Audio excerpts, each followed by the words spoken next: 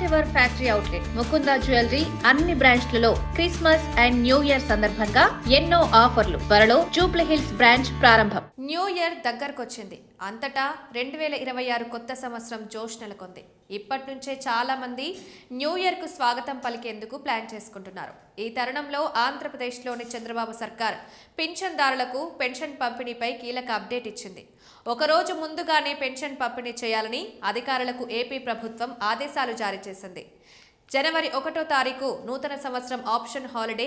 ఈ సందర్భంగా pension 31వ తారీఖునే pension పంపిణీ చేయాలని ప్రభుత్వం నిర్ణయించింది. ఈ మేరకు దానికి సంబంధించిన ఆదేశాలను సంబంధిత అధికారులకు ప్రభుత్వం చేరవేసింది.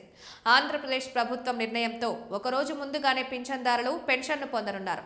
పెన్షన్ పంపిణీలో ఎలాంటి అంతరాయం కలగకుండా ముందస్తుగా చర్యలు తీసుకోవాలని 31 నాడు అందరికీ డబ్బులు అందేలా చూడాలని అధికారులు ఆయా జిల్లాల యంత్రాంగాలకు సూచించారు.